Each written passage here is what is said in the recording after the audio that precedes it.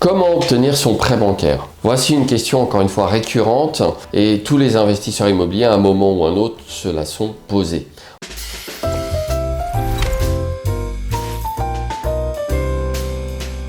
En effet, les conditions de marché fluctuent au fil des années.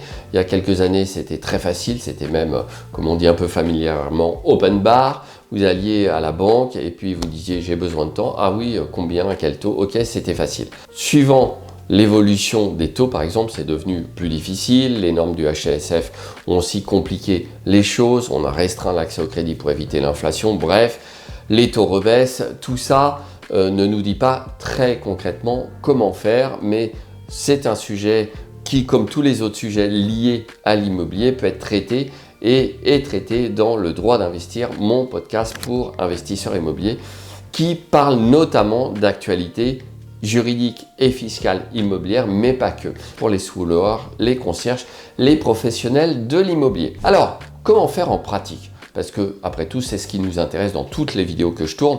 Comment faire en pratique pour résoudre telle ou telle question? Je vais vous donner un exemple. Mon propre exemple, puisque j'ai de l'expérience, j'emprunte de l'argent auprès des banques depuis 2000, donc ça fait un petit moment, et je suis à la base avocat en droit bancaire et en droit financier. Vous allez me dire, c'est simple, on présente un dossier. En réalité, présenter un beau dossier est devenu un petit peu la norme. C'est-à-dire que vous allez faire un joli PDF ou un joli PowerPoint, vous allez expliquer et exposer votre situation, vos revenus, vos prêts en cours, le projet bien sûr, puisque le banquier va le plus souvent prêter sur un projet précis. Alors, petite parenthèse dans la vidéo, vous pouvez aller voir votre banquier au préalable, avant d'avoir un projet précis, pour avoir une idée du montant du prêt qu'on pourrait vous accorder.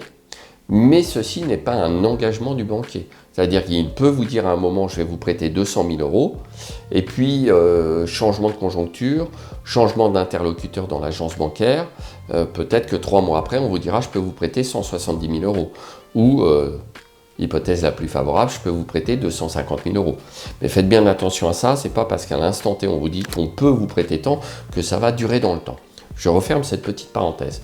Donc, vous allez voir le plus souvent le banquier avec un projet, vous préparez bien tout ça, mais le conseil éminemment pratique que moi je vous invite à suivre, c'est tout simplement d'avoir une relation personnalisée avec votre banquier. Je m'explique. J'ai eu 3 banques et donc à chaque fois, quand j'ai obtenu mes crédits bancaires, c'est parce que je connaissais bien l'interlocuteur. Évidemment, établir une relation de confiance qui passe par la bonne tenue de vos comptes bancaires, par éviter de lui cacher des choses en allant souscrire un prêt sans lui en parler ailleurs, parce qu'à un moment ou un autre, ça va se savoir, il y aura un prélèvement, il y aura quelque chose, une écriture qui se retrouvera sur les comptes. Donc jouez le jeu de la transparence avec votre banquier et obtenir sa confiance est quelque chose de très important. Si vous changez de banque tous les 2 ans, ça va se voir aussi. Et là, vous allez avoir plus de mal à obtenir votre crédit. En revanche, si vous êtes dans la même banque depuis très longtemps, la banque aura tout l'historique, elle verra qu'il y a de la stabilité et elle vous prêtera beaucoup plus facilement. Alors, autre chose pour l'obtention du crédit bancaire, sachez qu'il existe un adage dont j'ai déjà parlé dans d'autres vidéos, suivant lequel la garantie ne justifie pas le crédit. Ça signifie quoi en français un petit peu plus simple? Ça signifie que le banquier ne va pas pouvoir vous prêter de l'argent uniquement en considération de votre patrimoine. Le banquier doit impérativement s'assurer que vos revenus permettent de rembourser le crédit. Donc si vous avez de très faibles revenus mais un gros patrimoine, cela ne vous garantira pas du tout l'obtention du prêt. En revanche, si vous avez de bons revenus et déjà pas mal de patrimoine, ça va faciliter l'obtention de votre prêt. Parce que même si le banquier n'a pas le droit officiellement de prendre en considération le patrimoine pour vous octroyer le prêt, il le prend en considération dans la décision d'octroi de prêt. C'est un critère complémentaire. Évidemment, on va prêter plus facilement à quelqu'un qui est déjà un actif net de plusieurs centaines de milliers d'euros et qui réclame encore 50, 100 000, 150 000 euros de crédit bancaire, qu'à quelqu'un qui réclame ces mêmes 150 000 euros de crédit alors qu'il n'a remboursé que 10 000 sur d'autres prêts et qu'il a un actif net de 10 000 euros.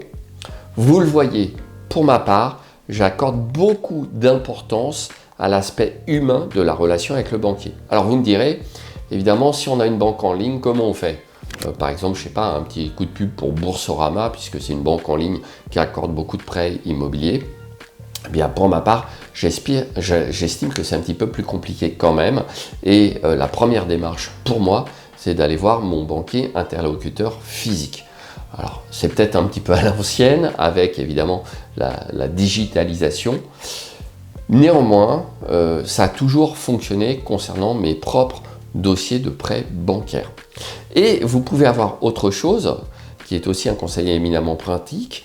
Faites-vous recommander par un ami auprès, par exemple, du directeur ou de la directrice d'agence. Ça fonctionne aussi très bien, la recommandation, y compris dans la banque. Donc, vous avez un nouveau dossier, vous êtes déjà un petit peu juste dans votre ancienne agence, vous avez un ami qui vous dit « moi j'ai un super interlocuteur qui comprend très bien l'investissement immobilier, je vais te le présenter ».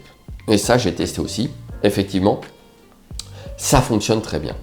Dernier point sur l'obtention du crédit bancaire, comment obtenir votre crédit bancaire.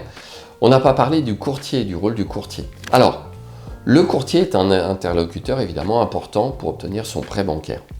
Moi, j'estime par contre qu'on ne doit pas faire travailler le courtier pour rien. C'est pas très sympathique.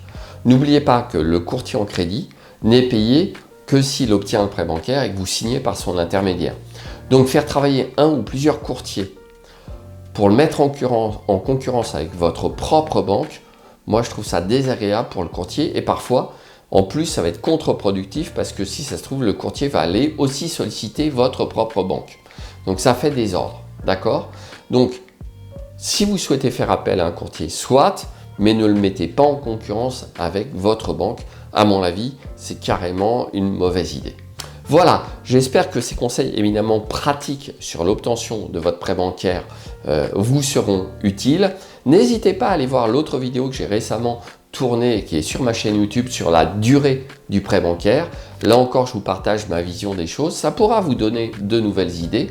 En tout état de cause, comme d'habitude sur ces sujets, n'hésitez pas à me poser vos questions lors d'une séance de coaching commun mensuel du droit d'investir et abonnez-vous, likez et partagez cette vidéo, bien sûr si elle vous a plu.